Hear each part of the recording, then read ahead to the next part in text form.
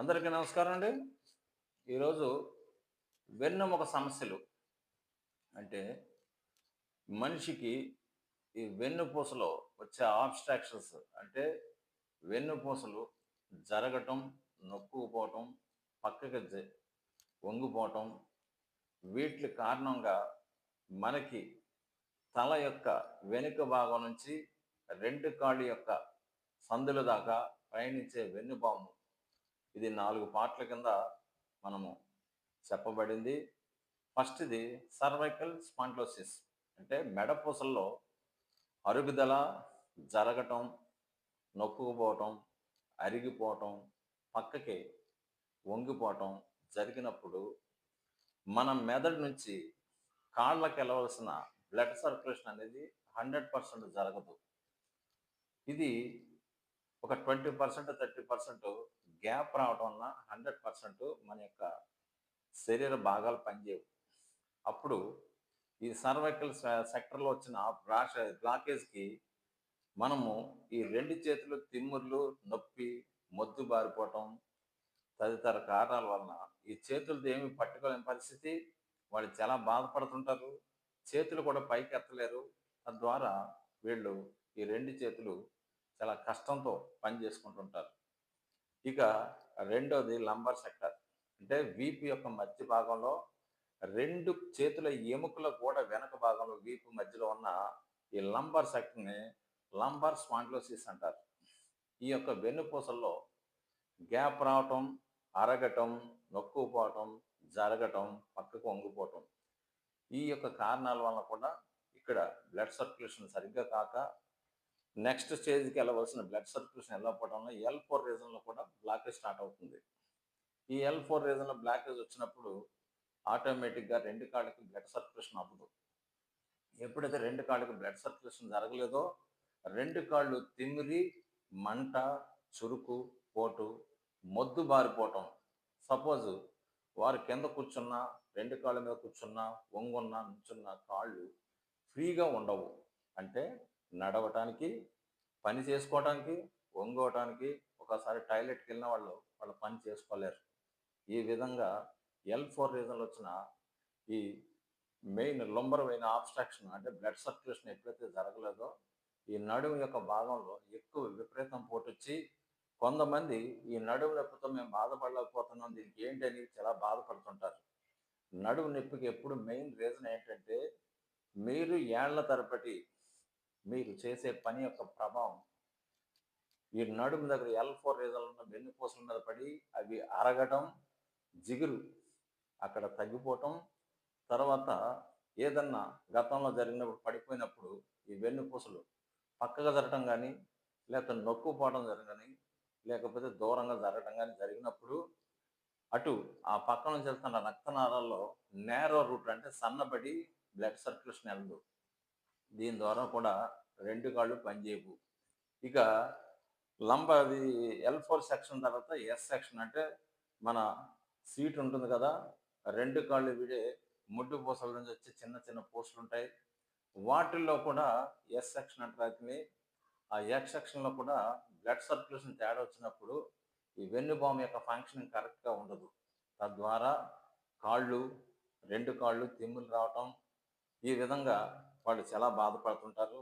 కాళ్ళు పట్టేయటం, బిగబట్టేయటం, కాళ్ళు సడలింపు క్లియర్‌గా ఉండదు.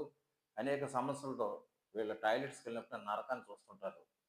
ఇది కాకుండా ఈ యొక్క L4 రీజన్‌లో ఆబ్స్ట్రాక్షన్ ఎప్పుడైతే వచ్చిందో, మన యొక్క బటక్ అంటే సట్ట భాగం నుంచి వెళ్ళే నరాలు, ఈ యొక్క నరాల్ని సైటిక్ వెయిన్ అంటారు ఇంగ్లీష్‌లో. తెలుగులో గుదరసి వాతం అంటారు. అంటే ఈ యొక్క ఆహ్, గుదరసి అంటే ఉదాహరణకి రాబందు అంటే ఈగిల్స్ ఉంటాయి కదా! పక్షులు వంగి నడుస్తాయి కదా! ఆ విధంగా ఈ సమస్యని ఫేస్ చేసేవాళ్ళు అంటే బాధపడేవాళ్ళు వంగుని నడుస్తారు. స్ట్రెయిట్‌గా నడవలేరు. కాబట్టి ఈ పార్ట్‌కి వచ్చే సమస్యని గుదరసి వాతం అన్నాడు. మనిషికొచ్చే 80 వాత రాగాల్లో ఆయా భాగాల్లో వచ్చిందానికి ఒక్కొక్క పేరు పెట్టబడింది. అలాగే నడుము దగ్గర నుంచి వెళ్తున్న ఈ బటక్‌లో సట్ట భాగం నుంచి వెళ్ళే నరము బొటనవేలు దాకా వెళ్తుంది. ఈ బొటనవేలు వెళ్ళే ఈ నరాన్ని ఉత్తరసి వాతం అంటారు. ఈ నరంలో బ్లడ్ సర్క్యులేషన్ ఎప్పుడైతే జరగలేదో కాలు కూడా 100% ఫంక్షనింగ్ ఉండదు. అంటే సరిగ్గా పనిచేయదు.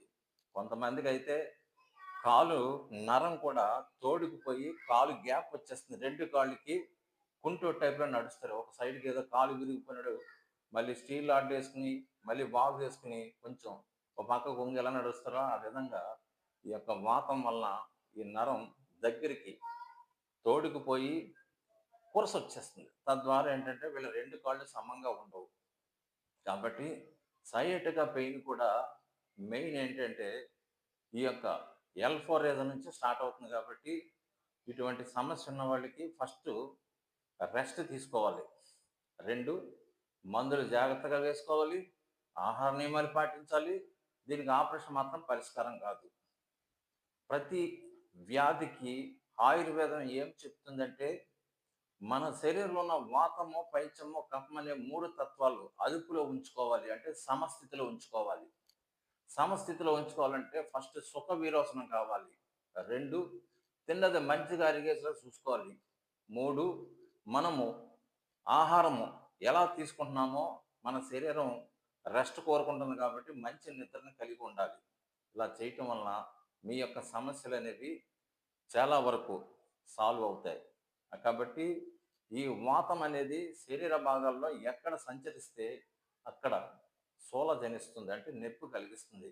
వాతమే వాయువు, వాయువే గాలి. వాయువు సూక్ష్మ రూపంలో శరీర భాగాలను సంచరించి శరీర భాగాల్ని నాశనం చేస్తుంది. అంటే పాడు చేస్తుంది. శూల కలిగిస్తుంది. కాబట్టి వాతాన్ని అశ్రద్ధ చేయకూడదు. వాతాహారం అంటే మనం గుర్తుపెట్టుకోవాల్సింది ఎప్పుడు కూడా non veg group of food, దుంపకూరలు, ములక్కాయ, గోంగూర, మసాలా ఐటమ్స్, చింతపండు, మామిడికాయ పచ్చళ్ళు లాంటివి ఎక్కువ తీసుకోకుండా నార్మల్ ఫుడ్‌ని మెయింటైన్ చేసుకుంటూ, తిన్న ఆహారం మంచిగా అరిగేలా చూసుకుంటూ, సుఖ విరోచనం గావిస్తే ఈ వాత రోగాలన్నీ తగ్గుతాయి. వాతం అంటే మన శరీర భాగంలో ఏర్పడే ప్రతి జాయింట్ పెయిన్‌కి వాతమే కారణం.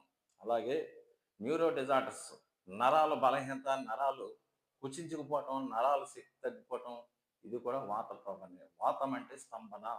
ఈ స్తంభన అనేది మనిషి శరీరాన్ని ఎక్కడ తీసుకెళ్తుందంటే వాడిని పరిమితం బెడ్‌కి పరిమితం చేసేస్తారంట. మంచానికి పరిమితం అయిపోతాడు.